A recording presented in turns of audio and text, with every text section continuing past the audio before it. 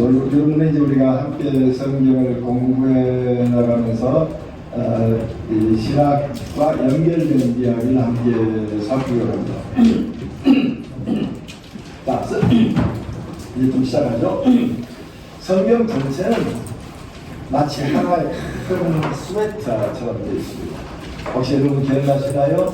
우리 어렸을 때 어머님들이 손 뜨개질로 스웨터를 짜주는데 오울이 하나 삐졌다고 오울을 잡아당기면 다 풀어져 버려요.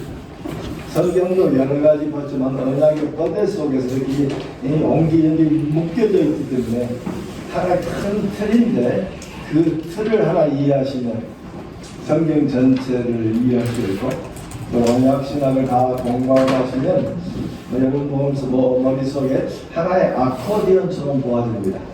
아코디언의 음계가 많지만 17개의 음계로 되어 있는 것처럼 아코디언도 우리 성경도 아코디언처럼 7개의 언약이 옹기종기 묶여져 있는 그런 하나의 큰 흐름 그러면서 화음을 만들어내는 것들을 이룰 수 있습니다. 그 성경 하나의 스웨터와 같다 하지만 또 하나의 아코디언과 같다는 이미 신학을 공부하셔서 이미 아시는 이야기입니다만은 지리적인 이야기는 간단하게 넘어가죠. 나중에 여러분들이 혹시 정신적으로 가르치려면 큰 틀이 필요해서 고대 근동 역사 재미난 것은 이스라엘 여행을 가시면 종종 성지 여행이라고 말하는데 성지라는 단어는 우리 개신교가 쓰는 단어가 아닙니다. 이스라엘 여행이지 캐톨릭은 성지입니다. 캐톨릭은 테라상타 성지라는 개념을 가지고 있지만 우리들은 그 개념을 가지고 있지 않습니다. 가능하면 이스라엘 여행 오셔가지고 예수님의 흔적을 찾으려고 무척 애를 쓰시는데 이미 2000년이 지났고 그리고 예수님 당시 때 여건하고 지금 여건은 전혀 다른 여건입니다. 그러니까 예수님이 일하시던 2000년 전 아브라함이 일했던 3000년 전 역사적 배경과 지리적 배경이 또 필요한 줄 압니다. 그래서 이스라엘 여행 오신다면 그렇게 좀 시킨다면 오실 필요가 있습니다. 지금 앞에 눈에 보이는 것은 13세기 사건입니다. 지금 노란 줄로 표현된 것은 이 아브라함의 여정입니다. 거기 자세히 보시면 위에 강이 두 개 보입니다. 위로 티그리스 강이 흐르고 하나는 유프라테스 강이 흐릅니다. 전부 터키 쪽에서 흘러나오는 1년에 2번 범람하죠. 봄에 한 번 비 온 다음에 봄에 눈도 오는 눈이 녹으면 생긴 범람이 있고 9월달에 이른비 올 때 그래서 우리 성경에 이른비 늦은비라고 했습니다만 이른비는 9월비고 그 다음에 늦은비는 우리 세의 봄비입니다. 왜냐하면 새해가 9월에 시작되기 때문에 그래서 1년에 2번 범람하고 제약은 점점 붉은 지역은 다 멸망한 땅들입니다. 그래서 이 물이 흘리면서 그 메소포타미아는 메소라마는 사이란 말이죠. 포타미아는 두 강 쌍수입니다. 우리 말은 없죠. 이 두 개를 짝으로 나오는데 그 두 강 사이에 땅이란 말이에요. 메소포타미아입니다. 지금 거기에 보시면은 지금 위에 터키에 있는 게 헷제국입니다. 히타이트라고 말하는데 뒤에 아이트라는 말은 이 뭐죠? 족속이란 말입니다. 헷 족속, 그래서 영어로 표현한 히타이트 족속하면 역전 아비란 말처럼 두 번 번역한 셈이 됩니다. 헷 족속 그리고 밑에는 애굽입니다. 애굽 족속 이 두 나라가 크게 싸울 때가 이 신왕국 시대입니다. 그래서 두 왕국이 시리아에서 격돌하게 되고 그리고 양쪽 다 문헌에 보면 자기들이 이겼다고 말합니다. 자기들이 이겼다라고 하는 것은 서로 비겼다는 얘기가 되죠. 그럼 누가 이겼을까? 나중에 보니까 애굽의 바로가 자기 딸을 헷 쪽에게 시집보냅니다. 그럼 누가 이긴 얘기죠? 헷 족속이 이긴 겁니다. 헷 족속이 이겼지만 이기면 군대를 몰고 바로 애굽으로 내려가 줘야 되는데 내려가지 못한 이유가 헷 족속 옆에 미타이 왕국이 있습니다. 성경에는 언급하지 않았습니다. 미타이 왕국 때문에 이 헷 족 군대가 자기 나라를 비고 가면 미타이 왕국이 쳐들어오기 때문에 결국 미처 내려가지 못했던 그 역사를 가지고 있고, 그리고 여기에 아브라함 출발한 노란집 출발한 우르 지역인데, 우르 지역은 그 다음에 바닷가였습니다.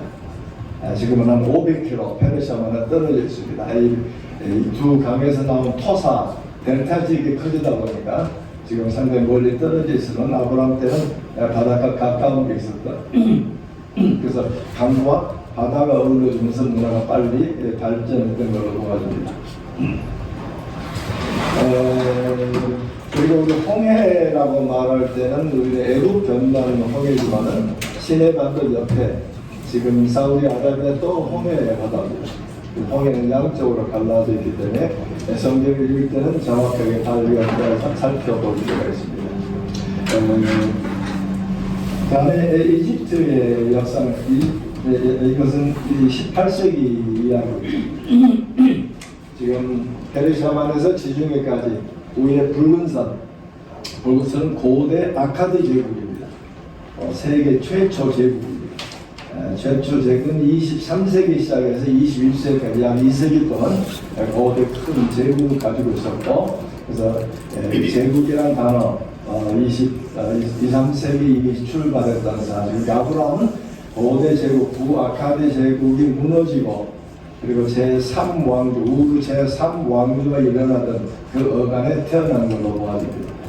우리는 동양 지역은 제국이 언제 시작되죠? 첫 번째 제국이 진시황 때입니다.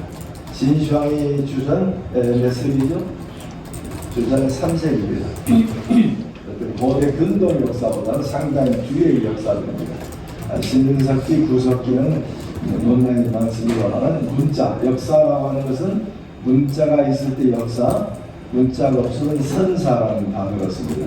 자, 그러면 좋은 초등학교 나오신 분들은 알아맞을 거예요. 우리나라의 역사는 언제 시작됐습니까? 구약의 중국의 역사는 갑골문자, 상나라, 은나라 딱 기억나시죠? 전투장에 주전 11세기, 10세기가 빠르면 20세기까지 얘기합니다만, 그 갑골 문자는 한문으로 해석이 안 됩니다. 한글어입니다. 그래서 이 한문은 동이족이 만든 걸로. 그래서 한글로 뜻풀이를 하면은 그 제기에 있는 글자로 풀이가 됩니다. 중국어로 해석이 안 됩니다. 그런 글들은 US에 많은 가운데 특히 조옥구 박사, 그분이 아주 앞서 있는 부분입니다. 우리나라 역사는 제 기억이 정확한지 모르겠습니다만 68년도, 주후 68년도 고구려 시대에 문사가 발견된 게 있습니다. 그 이전 역사는 우리는 아직 가지고 있지는 않습니다. 그 이유는 고대 근동은 메마른 지역이기 때문에 파피루스 기록은 흙판에 기록된 것이 비가 오지 않으니까 오래 보관이 됩니다. 대신 우리 아시아 지역은 장마가 있다 보니까 그런 흔적이 없고, 또 동도 화강암이라는 추운 겨울, 그다음에 비바람, 장마 때문에 거의 읽기 어려운 부분들입니다. 고대 근동은 첫째 메마른 지역들, 카이로 같은 지역은 1년에 비가 몇 번 오지 않고 2, 3일 막 10mm 이하입니다. 굉장히 적은. 그래서 파피루스 기록이나 토판의 기록에도 기록이 많습니다. 반면에 이스라엘 지역은 조금 이런 지역보다는 좀 물기가 있는 지역입니다. 풀이 밭과 나무, 갈릴리 지역은 아주 풍요로운 지역이고, 그러다 보니까 파피루스가 오래 기록되지 않고 토판도 기록하기 어려운 고고학적인 지대를 가지고 있습니다. 그 다음에 우리가 얘기하는 바벨론 제국, 바벨론 제국은 여기 새카만 지역으로 주어진 게 바벨론 지역입니다. 그 다음에 하얀색은 우르 제3왕조가 되고, 바벨론 우리가 좋아하는 바벨론의 함무라비는 주전 18세기 사람입니다. 그리고 성경에 주어진 역사, 우리 열왕기 상황에 보시면 6장 1절에 솔로몬이 제4년째 성전 건축을 시작합니다. 그래서 출애굽한 지 480년 됐다고 말합니다. 그 당대 이 많은 학자들은 솔로몬의 성전 건축은 966년을 봅니다. 거기에 대해서는 자유주의자나 보수가 똑같이 기대를 계산합니다. 966년에 480을 합치면 출애굽을 1446년, 그리고 또 애굽에 거주하는 것이 430년 거주하다가 그 다음에 출애굽을 하게 되죠. 그럼 애굽에 거주한 440년 출발점 어딘가? 야곱이 애굽에 내려왔을 때, 애굽에 내려왔을 때 130년, 130세입니다. 130을 합치고 그 다음에 이삭이 60세 때 야곱을 낳고 아브라함이 100세 때 이삭을 낳습니다. 그래서 보수적인 사람들은 성경 데이터를 숫자를 그대로 받아서 아브라함을 2166년에 태어난 사람으로, 그래서 20세기, 21세기, 그래서 아까 말씀한 아카드 제국이 무너져간 무르 3왕국이라는 어간에 살았던 걸로 봅니다. 그리고 야곱은 아마 18세기 사람으로 18세기, 19세기, 그 다음에 요셉은 애굽의 제12왕조 때 온 걸로 봅니다. 12왕조 때 농지 개혁을 한 적이 있습니다. 모든 농토를 왕권이 강화되면서 되어진 그 어간에 맞추게 됩니다. 그래서 요셉 때 내려와서 그 다음에 출애굽까지 약 430년, 400년 공간의 이야기를 결론하게 됩니다. 자, 애굽의 역사는 간단하죠. 애굽의 지리는 요 밑에 있는 지리를 가리켜서 상부 애굽이라고 말합니다. 어퍼 이집트라고 말했습니다. 산지입니다. 이 지역은 산지고 여기는 델타 지역. 그래서 여기는 상부 애굽, 밑에는 하부 애굽이라고 말했습니다. 이런 단어는 좀 필요한데 주석들을 보면 지금 역할을 표현합니다. 그 다음에 여기서 내려오는 에티오피아가 있습니다. 에티오피아가 고산이죠. 그래서 여기서 흐르는 건 청나일이라고 합니다. 광물이 많다 보니까 색깔이 좀 파란색을 띠고 있고, 여기 화이트 라인은 빅토리아 호수부터 내려옵니다. 여기서 반창 내려오니까 두 개가 만나는 지점. 그래서 청나일, 그 다음에 백나일, 그래서 화이트, 그 다음에 블루. 혹시 여기 나중에 이집트에 가시면 하이의 박물관 가시면 바로가 모자를 쓰고 있는데, 모자 때 흰 띠하고 청띠가 두 개 있는 게 있습니다. 이건 통일 왕국이죠. 나라 전체를 통일한 보면 한쪽만 있을 때는 이 중간기 시대라고 말합니다. 그래서 이렇게 중요한 게 성경에 주어진 태백의 이 지역입니다. 이 지역이 본래 애굽의 본 땅이고 정복을 했었던 저 북쪽도 점령하고, 그리고 왼쪽에 있는 지역들, 그래서 이런 점령은 대제국이 되고 통일왕국이 되면 군사력을 모아가지고 가나안을 넘어서 시리아까지 공격을 했다. 그런 역사들을 가지고 있습니다. 그래서 나중에 역사 얘기는 조금 다시 꺼내드리겠습니다. 고대 애굽 역사를 말할 때는 왕조, 숫자로 표현할 때는 31왕조까지 설명합니다. 이런 주전 3세기 만에 돌아오는 이집트 사제가 자기 역사를 기록할 때 숫자로 썼기 때문에, 그 다음에 이제 3왕국부터 6왕국까지는 고왕국이라고 말합니다.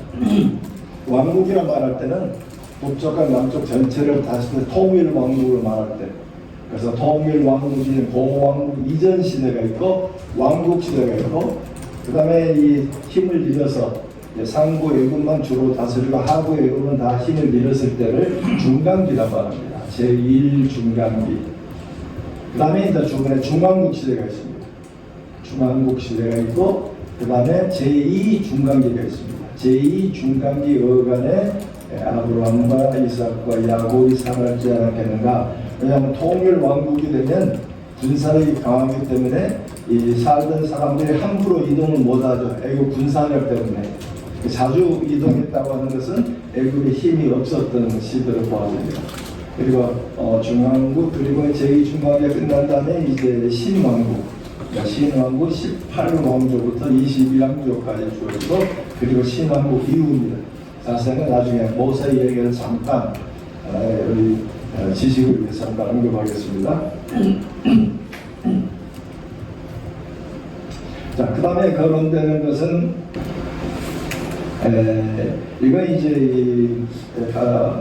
뭐죠? 여호수아가 가나안을 점령하고 가나안 땅에 분배된 10지파 땅입니다. 적어도 상당히 후대의 역사이고, 자, 이스라엘을 얘기할 때 구약 성경은 지역을 두 개만 얘기합니다. 남쪽은 유다 지역이고 북쪽은 에브라임 지역입니다. 사마리아란 말은 구약에 나오지 않죠. 그건 중간기 단어이고 그다음 신약 성경과 연결되어 있습니다. 그러니까 우리가 항상 눈여겨보는 지역은 이 사해가 끝나는 지역, 여기가 여리고입니다. 여리고를 통해서 이렇게 선을 거시면 이 부분은 유다 지역입니다. 그리고 위에는 에브라임 지역입니다. 그래서 이게 자세히 보이지 않습니다. 이거는 베냐민 지역, 이거는 단 지역입니다. 그래서 베냐민과 단이 경계선이 돼가지고 북쪽과 남쪽을 나눕니다. 그 다음에 도로는 크게 두 개가 있습니다. 요단강 동편의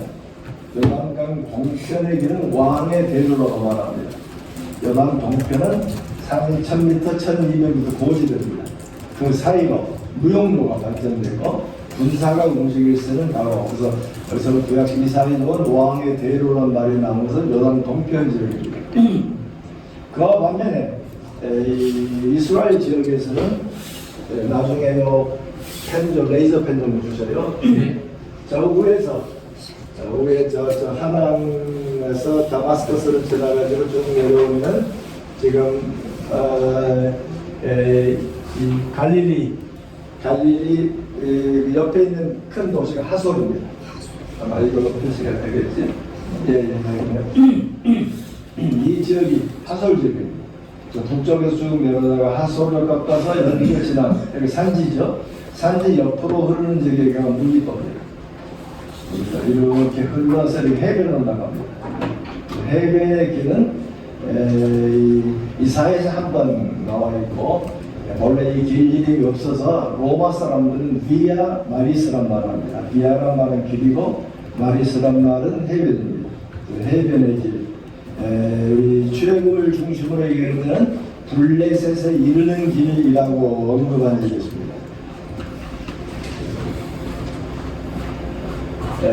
위에서 이렇게 내려와서 여기가 갈릴리 산지가 있고 이렇게 돌아서 여기가 무기또입니다. 무기또 저기 이렇게 내려가는 길이고 여기 애국까지 가서 그래서 출애굽할 때 애국 블레셋에 이르는 길이라는 해변도 이 길만 군사가 이동할 수 있는 길입니다. 여기는 산지이기 때문에 족장들의 길 있고 양의 길이 있습니다만 그건 군사가 이동하는 길을 나옵니다. 그래서 나중에 솔로몬 때 이쪽에 게셀이라는 지역이 있습니다. 게셀 블레셋 땅입니다. 원래 이집트 영토였는데 이집트의 바로가 자기 딸을 솔로몬에게 시집보내면서 치찬금으로 줍니다. 그래서 솔로몬 영토가 되죠. 그래서 이 게셀에 군사도시를 만들고 그리고 여기 하솔에다가 군사도시를 만듭니다. 이 두 도시에 군사력이 있으면 외국 군대가 들어오지 못할 정도로 강력한 나라. 그래서 9세기, 10세기 여간에는 다윗과 솔로몬 이외에는 큰 나라가 없었다. 그래서 여다윗왕은 1990년도에 구약학계 가장 큰 뜨거운 이슈가 뭐냐면 다윗이 실제 인물이다. 솔로몬이 실제 인물이다. 왜냐하면 성경 위에 문서에는 나오질 않아요. 그러니까 진보적인 사람은 증거가 없으면 다 부인해버리죠. 증거가 있을 때만. 논란이 참 많았습니다. 그런데 텔 안에 가면은 그 왕궁터 속에 톱하나가 발견돼요. 거기에 다윗이란 말이 나옵니다. 거기 이스라엘 왕을 얘기하면서 다윗과 연결신다는데 그 다윗이란 글자가 반쪽해졌습니다. 그래서 공학자들이 그 글자의 흔적을 보니까 이렇게 될 수밖에 없다고 다윗을 읽었고 진보적인 사람들은 너희들이 만들어 놓고 다윗을 읽은 거 아니냐고 논하는데 그래서 고고학교에서 90년대 그 고고가 발굴할 때 저도 뱃산 지역에서 발굴을 함께 한 적이 있습니다만 10세기에 지하층이 나오는가에 대한 굉장히 논란이 많아요. 그래서 그때 저는 풍뎅이를 3개나 발견했는데 지금 관리하는 서장에서 거기는 관심 없는 거야. 그런 게 하도 많으니까. 지금 10세기층이 나오냐 안 나오냐를 가지고 상당히 같이 논란이 됐던 이야기를 생각해 봅니다. 자, 이런 자질구레한 도로가 많습니다만 아까 말씀드린 큰 도로는 2개. 어떤 동편에 있는 왕의 대로 해변을 중심으로 하는 해변도로. 그래서 이게 본래 제법입니다. 북쪽에서 내려오는 하소를 거쳐서 메기토를 거쳐서 해변에 일러. 그래서 메기토 주변은 아주 넓은 골짜기입니다. 그래서 전쟁이 많은. 그래서 이제 아마겟돈이라는 말은 할메기도, 할이라는 말은 히브리어로 산입니다. 또는 들, 메기도, 메기도의 들. 전쟁이 많이 나타나는 이것이 아마겟돈, 헬라어 뽑은 H가 글자 붙이는 브리딩으로만 되어 있지. 글자 그렇게 H로 빠져버리고 아마겟돈 이렇게 바뀌어졌던 앞으로 큰 전쟁, 구약적 지리와 연결되어 있는 역사입니다. 그래서 지중해는 연비터입니다. 대신 이제 859지는 예루살렘 고지입니다. 예루살렘 헤브론 고지. 그래서 여러분 나중에 이스라엘 가시면 테라비브 내려가지고 계속 차가 올라갑니다. 고지들입니다. 그리고 여리고 이 사이는 마이너스 400m입니다. 갈릴리바다는 마이너스 180m고 그다음에 동편은 산들이 많습니다. 1200고지들입니다. 그러다 보니까 이 예루살렘 헤브론으로 이어지는 고지가 있습니다. 그 당대는 적군이 있고 적들 그다음에 짐승들 때문에 좀 높은 지역에 많이 살죠. 성경에 산과 골짜기, 산이라는 우리가 말하는 산이지만 골짜기는 우리가 말하는 골짜기고 산과 산 사이 골짜기가 아니고 그건 좀 넓은 굉장히 넓은 산이 있고 산 사이에 굉장히 넓은 들이 있습니다. 나중에 지리는 또 다시 배워볼 부분입니다만 이스라엘의 특별한 이런 지형들을 언급할 필요가 있습니다. 자, 이제 이론적 이야기로 들어갑니다. 첫째, 역사가 뭔가? 저는 역사를 어떻게 해석할까요? 이거는 하나님의 계시는 시공간 속에서 일어납니다. 시간과 공간 속에 일어나는 게 아니라 실제 이루는 출애굽 사건, 실제 일어난 사건이죠. 그 시기, 그 출애굽은 분명히 하나님의 계시와 연결되어 있습니다. 백성들을 불러내신다는 말과 연결되어 있다면 이 계시를 어떻게 해석할 것인가? 이걸 둘러싸고 언론이 좀 있습니다. 진보적인 사람들은 성경은 책입니다. 종교 문서입니다. 예전에 있었다. 그럼 신앙과 신학은 전혀 구분해버려요. 역사와 종교 구분합니다. 신학적 개념보다는 종교 발전사. 그래서 좀 우리가 잘 안 쓰는 단어 중에 다신교가 있었죠. 우리는 유일신교. 그 사이에 단일신교, 신교라는 게 있습니다. 모노테이즘 말고 헤노테이즘. 헨이라는 말은 그 그리스 말로 하나란 말이죠. 단신. 다신교. 폴리테이즘 할 때는 다 이해가 신이 많은 거예요. 그러면 단일신교는 뭐냐? 예를 들면 말두. 바벨론 시대 때 여러 신들이지만 말두고 국가신으로 섬겼다. 그리고 시간이 지나가다가 유일신 제도가 지어진 거예요. 진보적인 사람들이 그런 이야기를 하죠. 그러나 우리들은 그런 종교, 분명히 성경은 일반 역사 속에 종교 역사도 있지만 그 안에 신학이 하나 더 포함되어 있습니다. 그렇기 때문에 이런 종교 역사를 밝히는 게 주된 목적은 아니고 그 종교 역사 속에는 신학, 여기에 부분이 계시를 어떻게 해석할 것인가 문제입니다. 진보적인 사람들은 역사 실증주의를 얘기합니다. 역사적으로 증명되면 입증되고 증명되지 않으면 없는 것. 예수님의 부활이 입증되지 않은 것처럼 출애굽도 입증하지 않는. 지금 출애굽 같은 사건이 벌어지지 않지 않느냐? 그럼 예전에도 없을 것이다. 역사 균일주의를 가지고 오다 보니까 18세기, 19세기 어간에 유럽의 강단에 아주 메말라버린 자유주의가 되다 보니까 결국 종교의 사업에서 이단들이 많이 나타납니다. 그 반면에 보수주의자들은 성경은 하나님의 계시다. 신학과 신앙은 일치한다. 굉장히 중요한 신앙과 신앙은 일치한다. 그래서 역사와 계시, 역사와 계시는 함께 어울려지는 거죠. 그래서 계시라고 하는 것은 역사 속에 주어진 하나님의 음성이기 때문에 계시가 발전한다. 진보적 사람들은 종교가 발전한다 그러는데 우리는 계시가 발전한다. 시 공간 속에 주어진 하나님의 행위를 연구하는 것이 신학으로 보아집니다. 하나님께서 말씀하시고 어떻게 이를 성취하시고 인도하셨는가. 근데 우리는 계시라고 하는 역사와 밀접히 연결된 걸로 봅니다. 우리 교육들한테 얘기하기 좀 어려운 우리가 목회자 되시니까 학문적 세계는 좀 더 불편해요. 수많은 학설이 있는 걸 내가 가진 신학적 안목이 어디에 있는가 살펴봐야 되죠.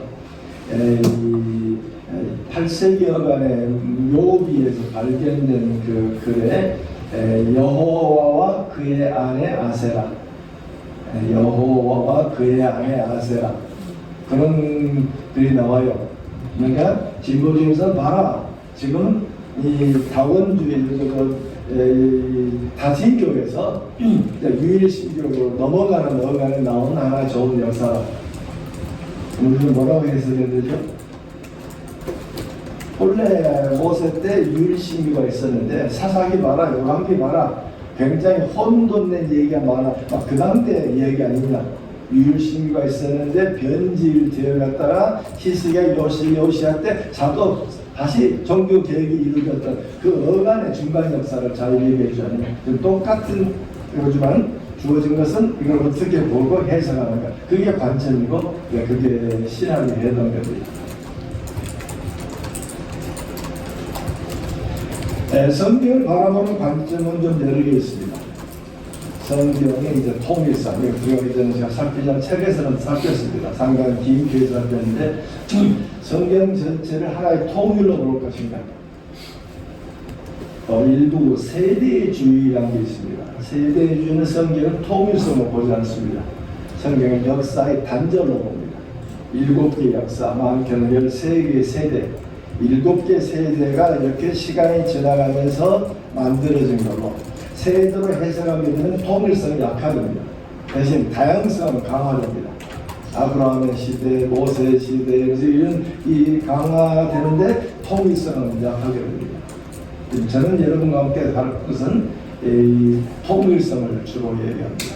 그래서 구약 성경에 통일성이 있느냐 없느냐의 싸움이 있습니다. 진보적인 사람들은 통일성이 없다고 합니다. 네, 그 다음에 종교적인 역사, 종교적인 사건을 기록하기 때문에 그 안에는 통일적인 역사가 없다. 또 하나 우리 보수주의 쪽에서는 세대주의자들이 통일성이 없다고 합니다. 성경은 여러 세대로 구분되어 있다. 여기까지 여기서 세대를 구분하다 보니까 성경 해석을 조금 다른 해석. 본질은 같지만은 바라보는 관점이 약간데 그리고 종말은 해석 차이가 많이 생깁니다. 근데 통일성이 있다라고 하는 것도 크게 세 개로 나뉩니다. 하나는 루터파. 루터파는 율법과 은혜가 여기 서로 대칭해 줍니다. 율법 시대가 되고 율법이 끝나고 은혜의 시대가 되고, 그래서 율법과 은혜로 전체를 하나로 보긴 보지만은 율법 전체를 하나로 보고 은혜로 보다 보니까 그런 다양한 측면이 많이 약합니다. 또 우리 보수주의자에서도 언약 이론파가 있습니다. 근데 조직신학에서 많이 얘기했습니다. 특히 18세기 어간 미국 보스턴 중심으로 미국 잉글랜드에서 많이 발전된 신학입니다. 그래서 이 아담은 행위 언약이다. 아담의 타락 이유는 은혜 언약이다. 행위 언약과 은혜 언약을 가지고 전체를 통일로 봅니다. 근데 은혜 언약 속에 수많은 다양한 측면이 있음에도 불구하고 이걸 살피지 못합니다. 하나의 재미난 예로 출애굽기를 여시면은 하나님께서 이들을 인도하신다는 말씀이 계속 나와요. 족장의 약속이다. 그 약속을 가지고 10개의 재앙을 중심해서 이들을 앞지에서 건져내서 광야 땅으로 인도해 가는데, 홍해를 건너서 시내산에 이르기까지 3개월간에 사건이 5개 생깁니다. 물 문제, 고기 문제, 권위 문제, 여러 문제가 생기고 불평합니다. 놀라운 것은 하나님께서 그 불평을 들으시고 항상 답을 주시고 인도해 가십니다. 재미난 것은 민수기를 읽어나가면 시내산을 떠난 다음에 40년 광야 동안에 비슷한 문제를 계속 생깁니다. 물 문제, 고기 문제, 권위 문제. 그때마다 하나님은 그들을 징계하십니다. 민수기에 재미난 표현이 나와요.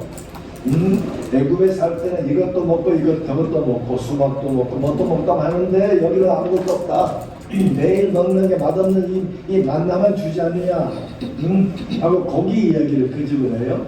그래서 하나님께서 메추라기를 낮게 보내주시고 그걸 잡아먹고 하나님이 그를 징계하셔요. 성경 구절에 징계하시는데 언제 징계하죠? 먹다가 고기가 이빨 사이에 낄 때 하나님이 징계하셔요. 얼마나 생각 표현이지?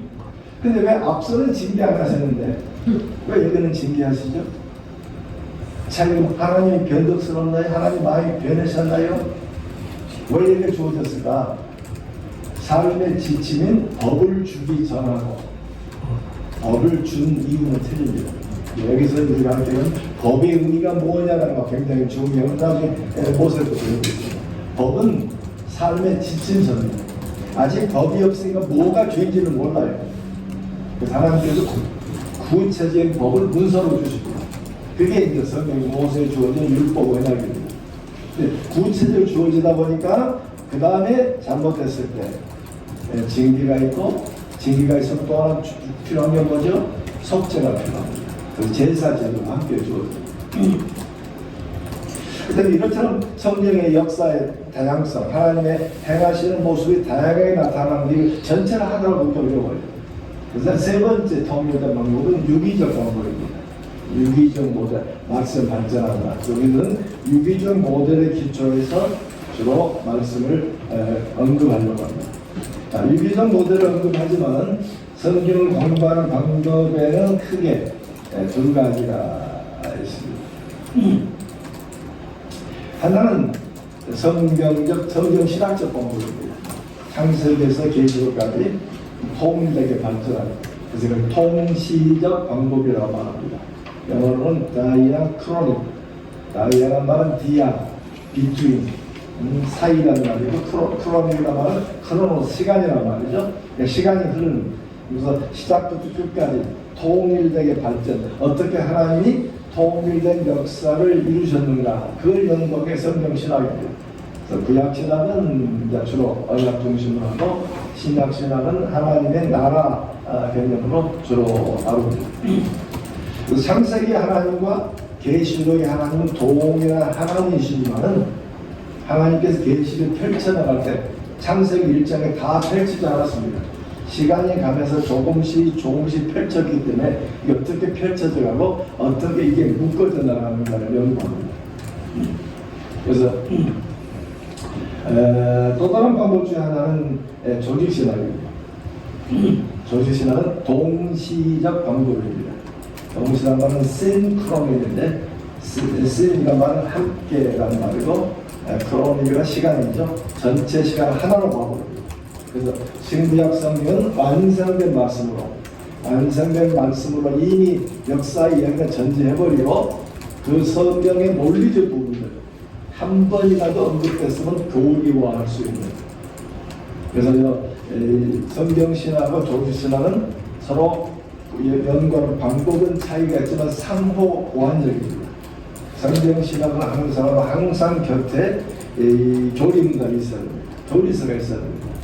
연결하지 않으면 딴 길로 가버립니다. 또 성경, 조직신학을 연구한 사람은 성경신학자의 이야기를 받아야 됩니다. 하나의 재미난 예를 들면은 요한복음 3장에 예수님이 니고데모와 대화를 합니다. 물과 성령으로 거듭나지 아니하면 됐든 우리 목사님들은 물은 물 세례다, 성령은 성령 세례다. 그런데 질문이 나오죠. 그럼 그때 예수님이 성령 세례를 주셨나? 예수님이 물 세례를 주셨나? 예수님이 물 세례에 대해서 언급하셨나? 예수님은 없는 이야기를 니고데모에 하는 게 아니죠. 근데 문맥을 자세히 보시면 예수님들은 구약의 학자인데 이것도 모르느냐고 얘기를 그지도해요. 오히려 좋은 성경 해설은 에스겔 36장에 보면 당신 백성들을 동서남북 백성들을 불러내어 물로 씻어 그다음에 영을 부어 그다음에 씻는 물하고 그다음에 깨끗하신 영의 이야기가 함께 묶어진 부분이에요. 그래서 이미 예수님은 에스겔에서 예언했는데 이것도 알지 못하느냐 얘기를 좀 묻고 있는 것으로 물과 성령으로 둘 다 회개입니다. 깨끗게 하면 하나님께 깨끗게 해주면 우리가 스스로 깨끗하지 못하죠. 성령이 우리를 깨끗게 해주고 우리 재창조하면 신약신학 개념은 재창조입니다.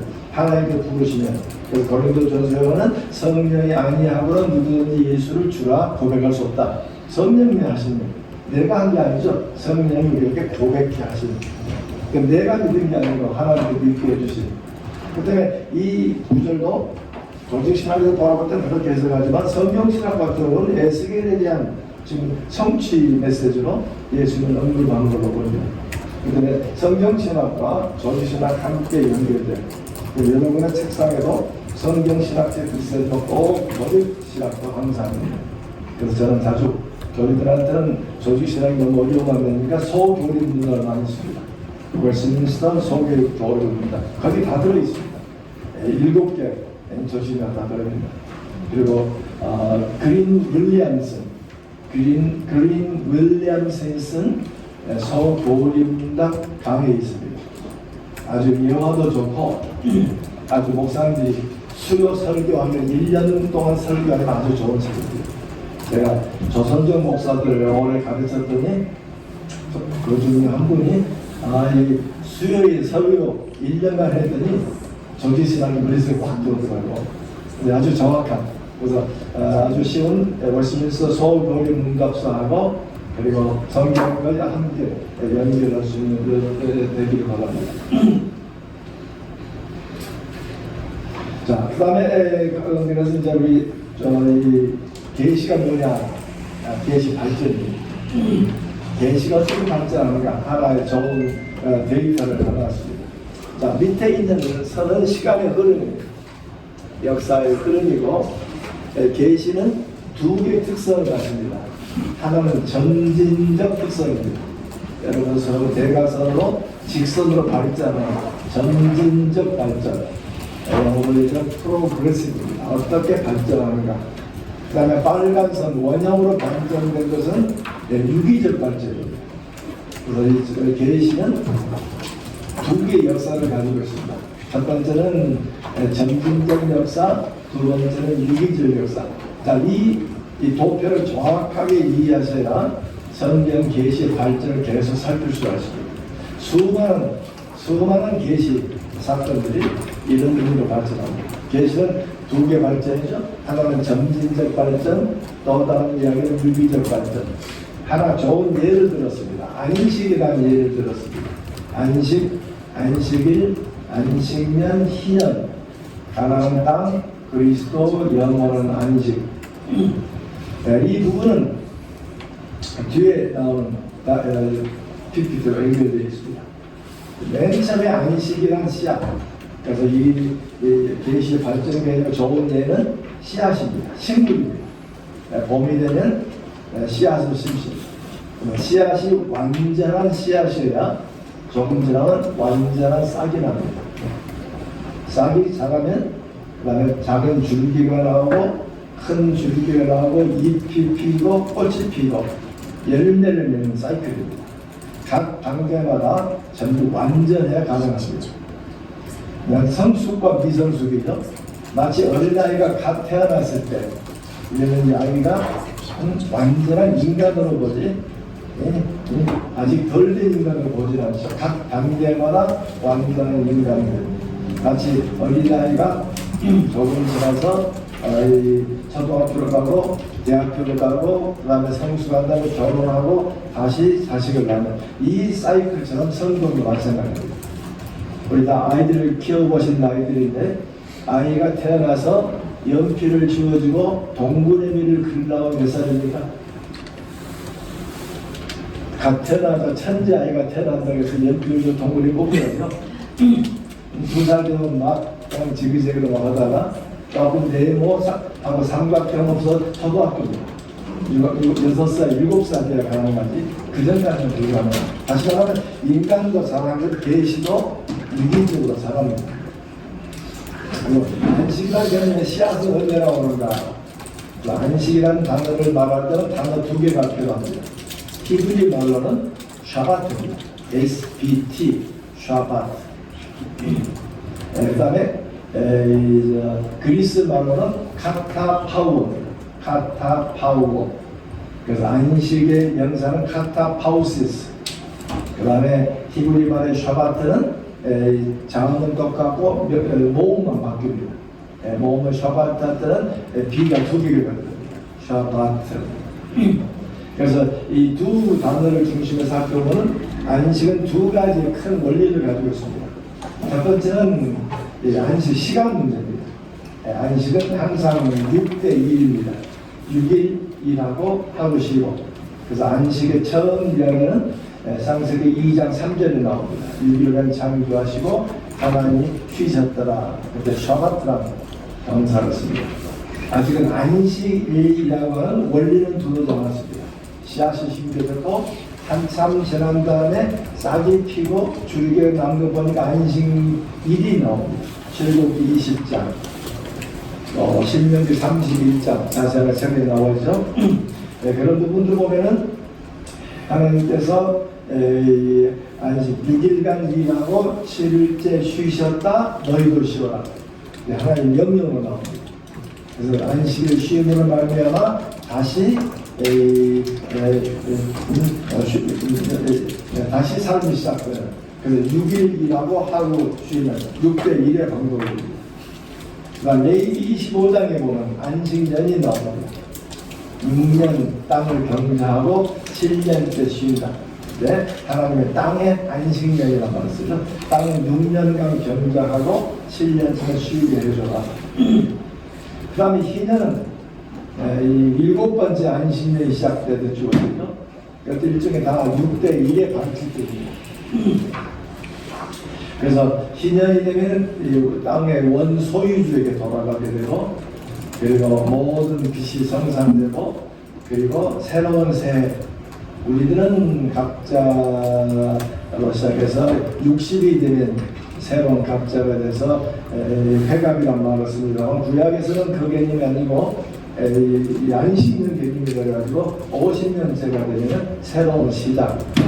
이 희년의 이야기가 나중에 그리스도와 연결되면서 이제 구원의 개념 발전합니다. 자, 두 번째 원리는 안식이 시간만 관계되어 있지 않습니다. 안식이 구원과 관계되어 있습니다. 신명기 5장 12절, 15절, 특별히 15절에 안식일을 지켜라 명령이 나옵니다. 지킬 이유가 뭐냐면 내가 너희를 애굽에서 건져내었기 때문이다. 애굽에서의 구원의 기념으로 안식일을 지키라고 합니다. 앞서서는 시간과 연결돼서 6년과 관계해서 시간과 안식을 주는 쉼을 주었다면 이들은 영적 상태에서 앞제에서의 풀림의 이야기로 자유개념을 구원으로 설명하게 됩니다. 여호수아 사사기로는 가나안 땅 정착, 가나안 땅 정착을 안식으로 설명합니다. 그 신명기 12장 나중에 살펴볼 일 있습니다만 9절 10절에 보시면 너희 안식과 기업에 이를 때에 내가 한 장소를 선택한다. 그래서 가나안 땅 자체를 안식으로 봅니다. 그 부분을 잘 설명한 게 시편 95편 11절입니다. 시편 저자가 출애굽을 한 1세대들이 광야 땅에서 다 죽어버린 안식에 들어오지 못했던 이야기를 지적하고 있습니다. 그다음에 결국 이 가나안 땅은 어떤 땅이냐? 하나님께서 안식을 주실 땅으로 설명합니다. 근데 성경 제대로 아직도 안식을 이루었다고 말하지 않습니다. 그 다음에 이제 이 압제와 구원의 개념이 연결돼서 예수님과 안식의 이야기가 잘 표현된 게 누가복음 4장입니다. 누가복음 4장 17절에 보시면 이사야서 61장이 인용합니다. 인용하면서 그 다음에 예수님이 회당에 들어가시 이사야서를 읽으시고 앉은 자가 일어나고 눈물 자국을 두고 눌린 자가 일어나고 그러면서 은혜의 해를 선포한다. 은혜라는 말이 안식년 개념이에요. 희년 개념입니다. 그래서 결국 노예에서 해방된 그 압제 개념과 연결해서 희년이라는 의미를 포함해가지고 예수님이 새 안식을 설명하시는 거죠. 그래서 다른 구절에 보시면 안식일의 주일이라는 말이 나오기도 합니다. 아버지께서 일하시니 나도 일하신다. 지금 안식 개념들입니다.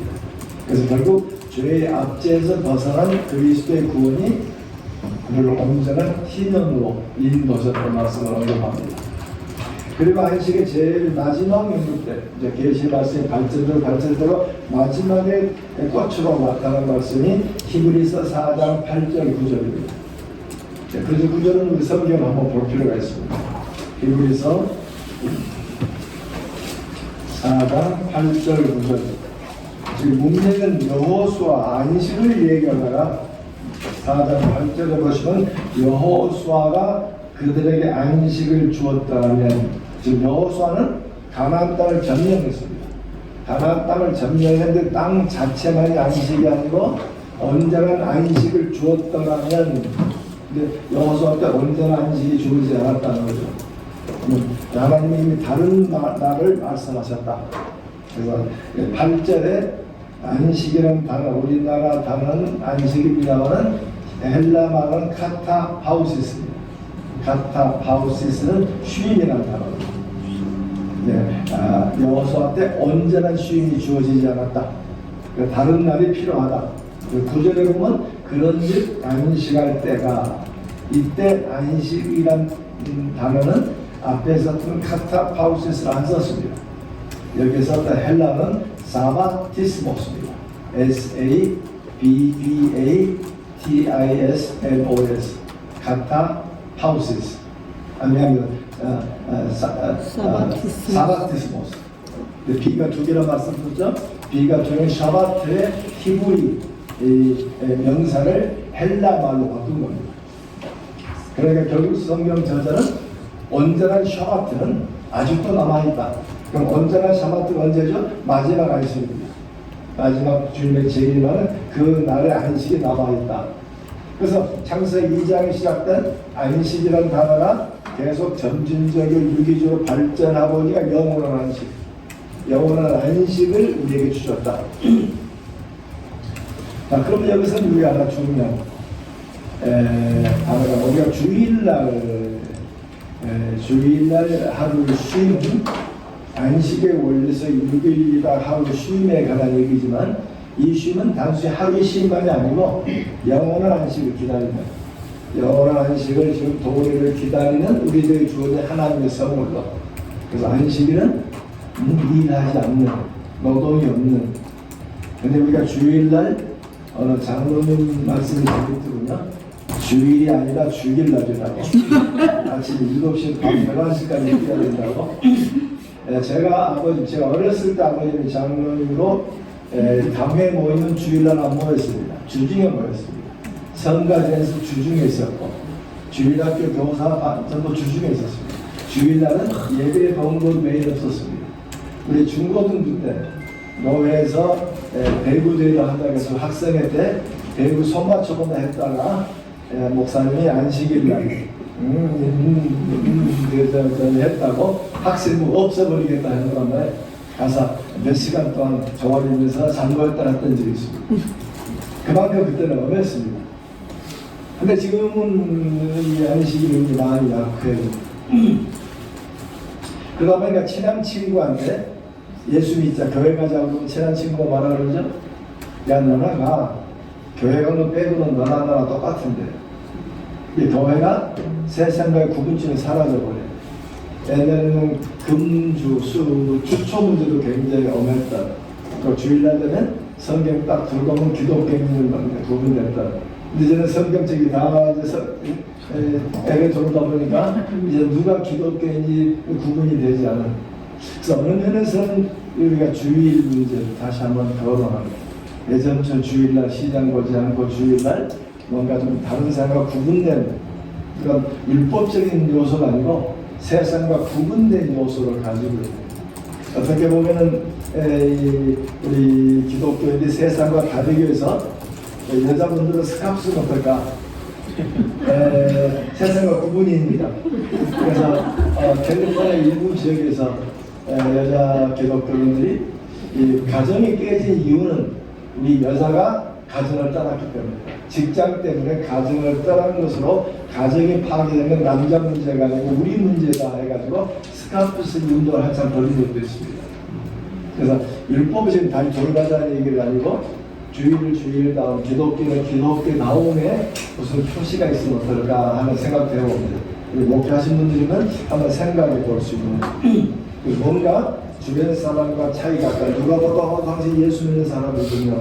막 이런 부분이 필요하지 않을까. 유대인들이 모자를 쓰는 거라든지 캐톨릭과 미사포로 쓰는 여러 가지 일종의 구분된 표시들이었습니다. 자, 그러면 마지막으로 하나 질문하죠. 안식교는 토요일 날 지켜야 된다. 근데 왜 우리는 주일을 지키냐?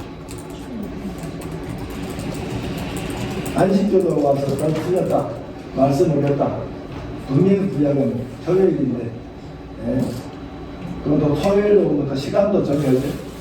유대인들은 하루가 해가 지면서부터 그 다음에 해질 때까지 하루입니다. 우리들은 그렇게 생각하지 않죠?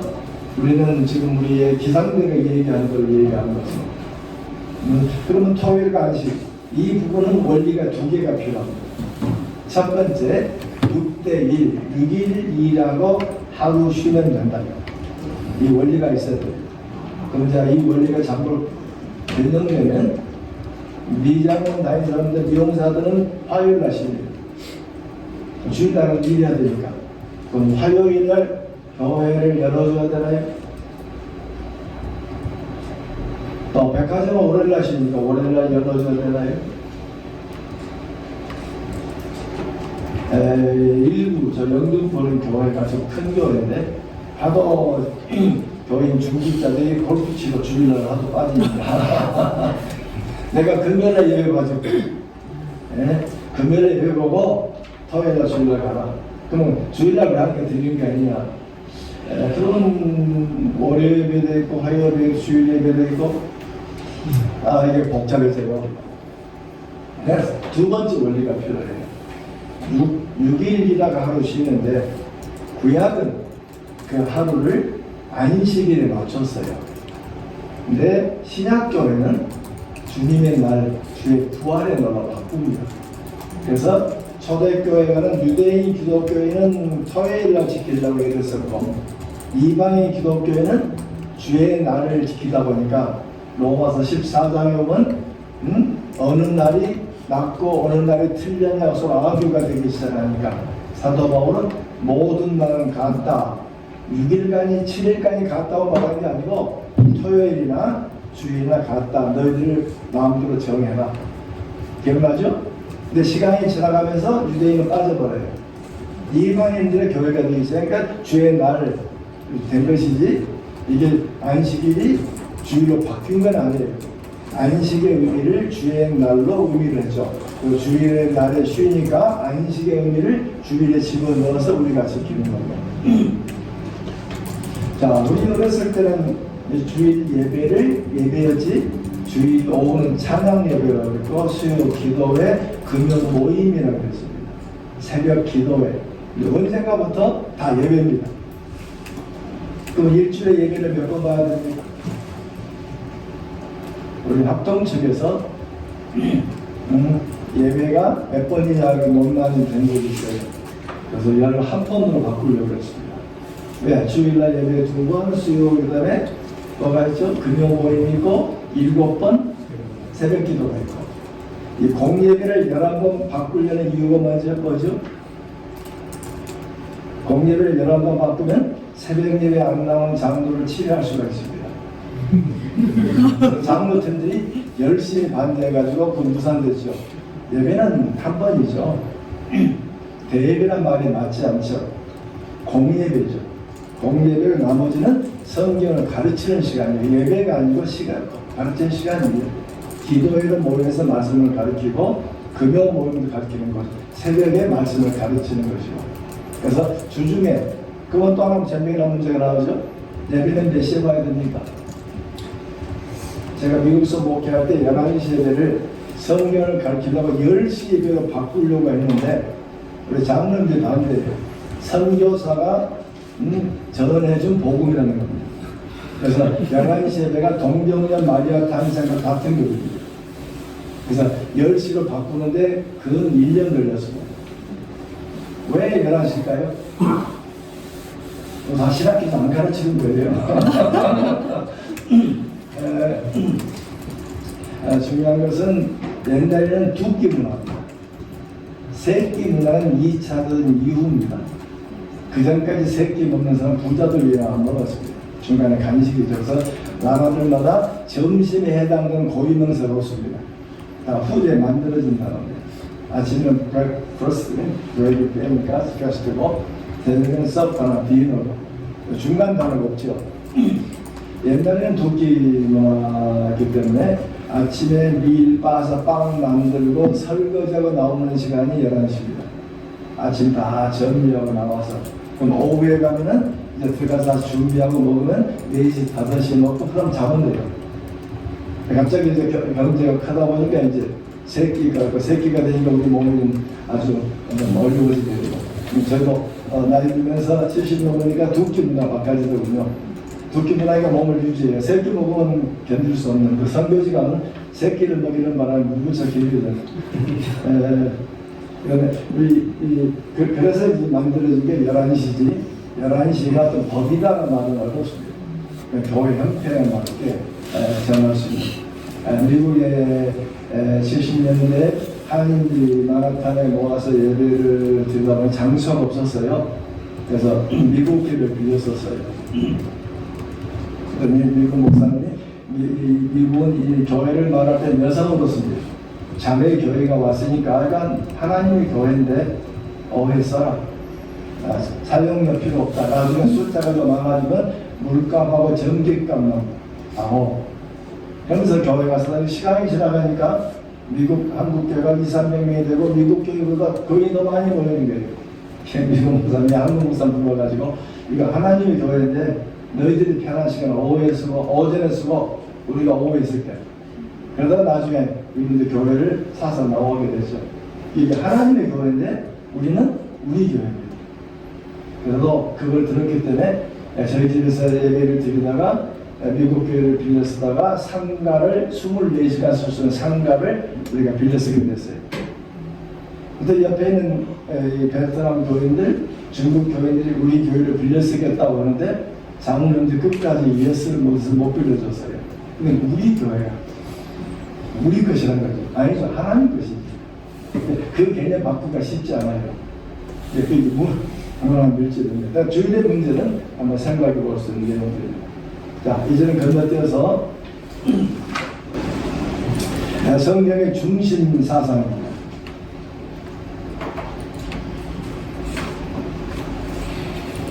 네, 성경의 중심 사상.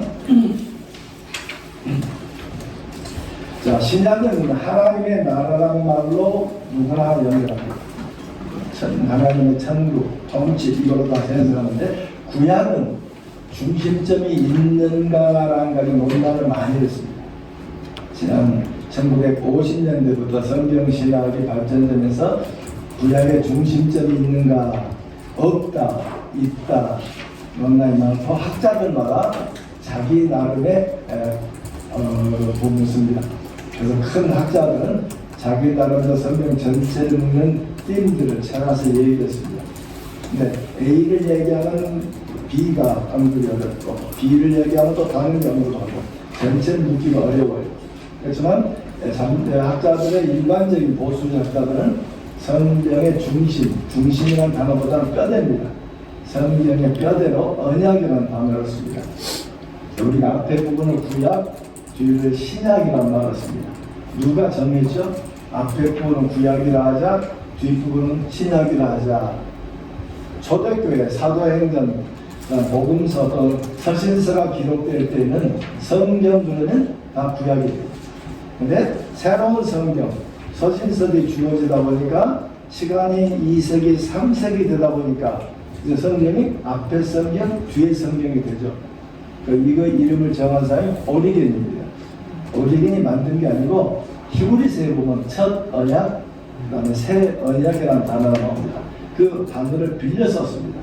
그래서 앞에 부분은 Old Berit, 뒤에 부분은 New Berit, 히브리 말의 베리트니까 옛 베리트, 그다음에 새 베리트라는 단어를 썼습니다. 베리트라는 단어는 신약 성경에서 디아콘 아니면 디아데케로 번역합니다. 70인역이 디아데케로 번역하다 보니까 그래서 올드 디아데케, 뉴 디아데케. 그다음에 이제 이 디아데케란 말이 번역이 영어로 되다 보니까 테스타멘트로 번역됐습니다. 디아데케란 말은 유언이라는 뜻입니다. 언약이라는 뜻은 없어요. 테스타멘트 유언. 그래서 1960년대까지만 해도 구약자가 옛 유언, 새 유언으로 가르쳤습니다. 근데 유언이라는 말은 문제가 되죠. 유언장이라는 것은 유언한 사람이 죽어야 발동합니다.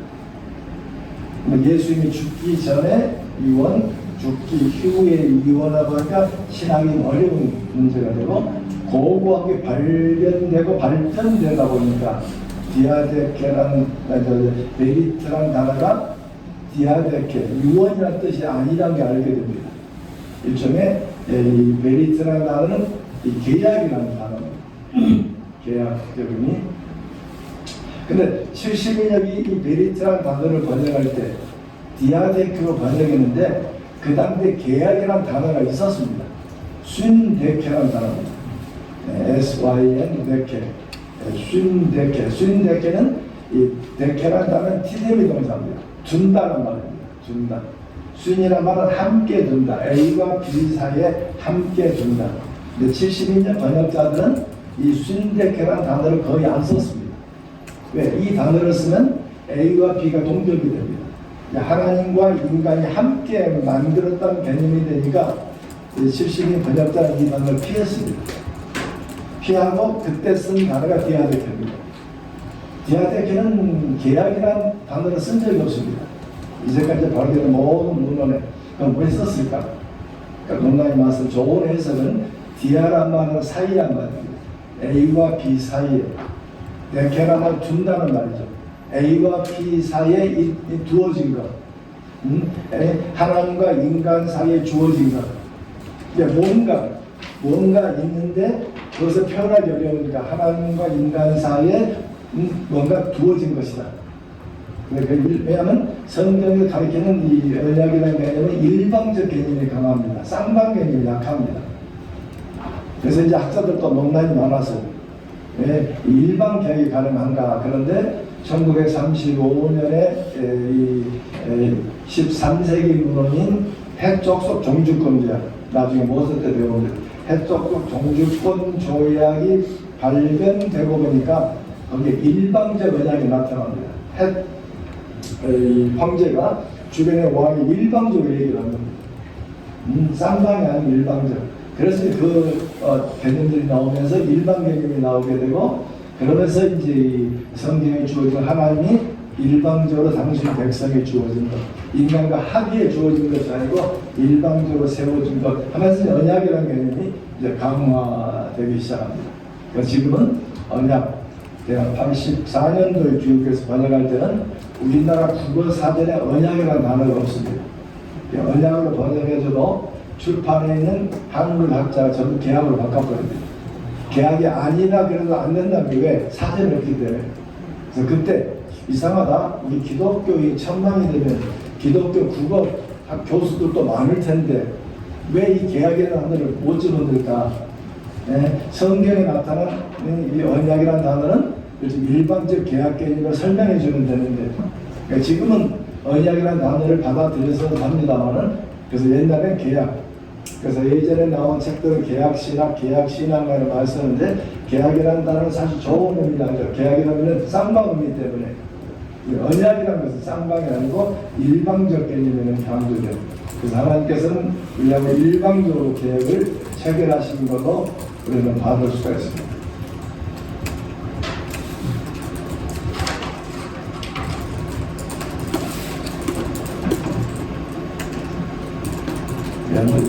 컴퓨터에 사고 왔다 갔다 하는 거 같아요.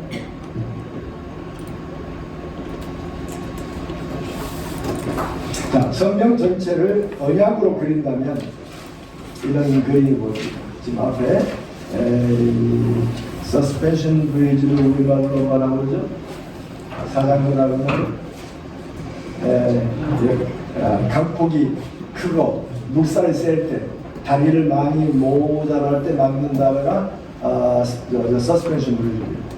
우리나라 인천대교, 이순신대교 강폭이 너무 크다 보니까 성경도 이런 구조를 갖습니다. 지금 한쪽 강둑은 창조입니다. 또 다른 강둑은 완성이죠. 시간으로 본다면 창조와 완성이란 큰 시간의 틀 속에 큰 사건이 두 개 생겼습니다. 하나는 타락 사건, 하나는 구속 사건입니다. 타락과 구속 사건을 중심으로 해서 언약이 발전되고 있습니다. 이 네 개, 창조, 타락, 구속, 완성, 이 네 개를 기독교 세계관 개념이라고 말합니다. 성경적 세계관. 성경은 역사를 막을 때 항상 네 개 축으로 설명합니다. 그래서 기독교 세계관, 우리 한국의 기독교 교수 300여 명이 어울려서 만든 기독교 대학 설립도, 대학 동호회 기독교 세계관, 기학연 기독교 학문연구소, 인터넷 들어가면 교수 300~400명이 이렇게 포진되어 있습니다. 모든 분야, 어느 분야도 다 보고 있습니다. 그건 전부 기독교 세계관적 개념에서 경영을 어떻게 볼 것인가, 화학은 어떻게 볼 것인가, 미술은 어떻게 볼 것인가, 모두 다 가지고 있는, 혹시 지금 관심이 계신 분들은 기학연에 들어가시기 바랍니다. 기독교 학문연구소, 기독교 학문동역회. 자, 언약의 예의를 설명을 하면 이미 예수님이 새 언약을 성취하십니다. 성취하신 내용은 누가복음부터 거꾸로 소금에 보기가 있습니다. 왜? 예수님이 누가복음 22장 20절에 잔을 돌리시면, 잔을 나누시면서 새 언약이라는 단어를 때 그 새 언약이 정관사였습니다. The New Covenant입니다. 그 새 언약이라는 단어가 신약에 31번 나오는데 처음 나온 단어가 예수님의 체험이 많지 않습니다. 그 새 언약, 지금 예수는 12제자와 더불어서 잔을 나누시고 새 언약이다라는 말을 씁니다. 이 제자들은 머릿속에 이미 가지고 있는 개념이 하나 있습니다. 구약에 단 한 번 나온 새 언약이라는 단어가 있습니다. 600년 전에 예레미야 31장 31절에 보시면 날이 이르면 하나님이 새 언약을 세운다고 한 번 나옵니다. 그런데 이미 새 언약의 개념을 가지고 있는 제자들에게 바로 그 새 언약을 오늘 성취하신다고 말씀합니다. 그런데 새 언약은 예레미야 31장에 주어진 새 언약이 밀접히 연결되어 있습니다. 예레미야 31장 32절을 읽으시면 이 새 언약은 옛 언약과 다르다고 말합니다.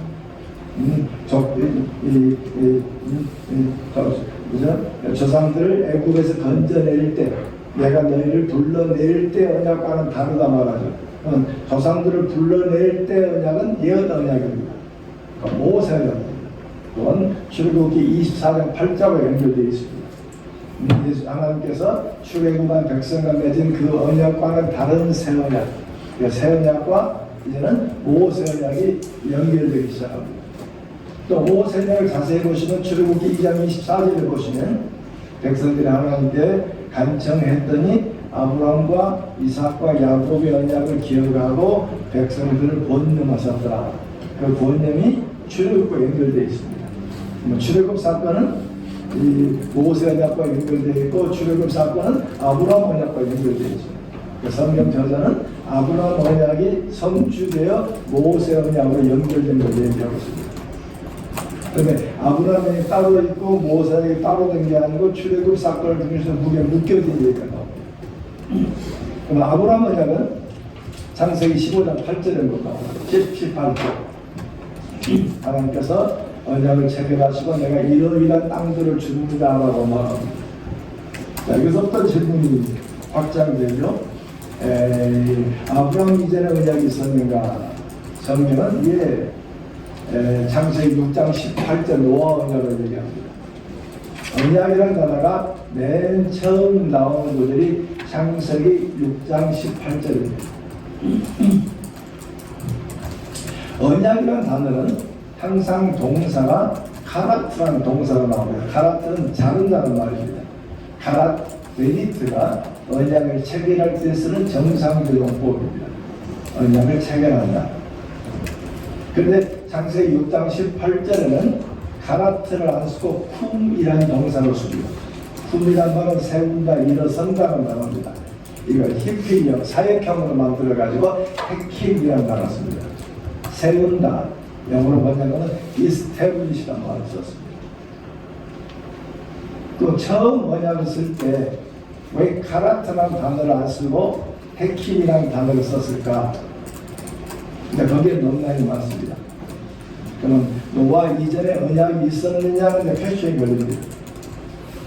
창세기 15장에 18절에 보시면 하나님이 아브라함과 언약을 세울 때는 이 카라트라는 단어를 씁니다. 언약을 체결합니다. 세운다, 카라트. 그리고 이 아브라함 언약을 재인준할 때 할례와 관계에서 언약을 다시 언급할 때는 카라트를 안 쓰고 헤킴에 나타났습니다. 카라트, 베리트, 헤킴, 베리트라는 단어가 아브라함에게 나옵니다. 처음 만들었을 때는 카라트라는 언약을 체결한다고 세웠고 헤킴, 세운다는 단어는 할례를 말할 때 씁니다. 그럼 아브라함의 영국을 가져온다면 헤킴이라는 단어를 노아 때 썼다면 그러면 그 이전에 카라트라는 단어가 있어야 되지 않는가 하는 논란이 나옵니다. 그래서 학자들끼리 노아 이전에 언약이 있었는가에 대한 논란이 많기가 많습니다. 일부는 없다. 왜 단어가 없으니까. 그러나 일부는 분명히 단어는 쓰지 않았지만 언약이라는 개념으로 나타난다. 그냥 성경 여러 군데 나오는데 예를 들면 다윗의 언약법 사무엘하 7장에 다윗의 언약이 나오는데 거기도 베리트라는 단어가 없습니다. 언약을 세우셨어요. 그 언약을 세우는 것은 나중에 역대기에 기록되고 시편에 기록됩니다. 시편에서는 카라트, 베리트가 맞섰는데 사무엘하 7장에서는 안 써요. 단어가 없다고 해서 다윗의 언약을 부정을 못해요. 다른 구절 언급하니까 다윗의 언약을 얘기해야 되는데 또 왕으로 세운다는 말라크라는 단어가 없는데도 왕권 얘기가 나와요. 그런 예들이 많습니다. 그 때문에 우리들은 첫 번째로 베리트라는 단어는 없지만 베리트 관계는 있다. 왜? 하나님, 인간, 그리고 약속과 잘못됐을 때 징계. 그러니까 하나님이 있었고 인간이 있었고 계약 관계 잘못되면 너가 이러이러한 벌을 받는다는 분명히 언약의 조항이 있기 때문에 언약이 있지 않느냐. 그래서 성경 구절에 명시하진 않지만 창조 언약이 있는 이 암시된 구절이 여러 개 나타납니다. 제일 좋은 구절 중에 하나가 호세아 6장 7절입니다. 호세아 6장 7절. 결국은 아담 같이 그들은 이스라엘 민족입니다. 그들 이스라엘 북쪽 이스라엘 나라가 아담 같이 언약을 어기고 아담 같이라고 하는 단어의 해석이 세 개가 있습니다. 하나는 여기에 히브리 단어에서는 K로 나오는데 K하고 B는 글자가 좀 비슷해요. 그래서 일부 학자들이 그걸 바꿉니다. K를 B로 바꾸는 장소가 됩니다. 아담이란 동네에서 아담이란 동네는 여간강 중부 지역에 있습니다. 여간강 중부 지역에 있으니까 아담이란 동네에서 언약을 체결하고 이 해석은 문제가 되죠. 첫 번째 4번은 증거가 없어요. 이민을 해석하는 것이고 두 번째 성경 어디에도 아담이란 동네에서 언약 파기된 이야기를 언급하지 않습니다. 이건 적절한 해석이 아니다. 두 번째, 아담과 같이, 아담이란 말을 사람 이름이 아니고 일반 명사로 해석하면 이방인이에요. 이스라엘 민족은 아담처럼 그들처럼 이스라엘 민족이 이방인들처럼 해석은 되는데 성경 어디에도 이방인들이 언약을 어겼다는 말이 없어요. 마지막에 좋은 것은 아담이란 말을 사람 이름으로 해석합니다. 그래서 종교 개혁자들부터 이 아담이란 말은 우리 첫 번째로 아담으로 해석합니다. 이스라엘 민족은 아담이 언약을 깨뜨린 것처럼 깨뜨리고, 그래서 암시적으로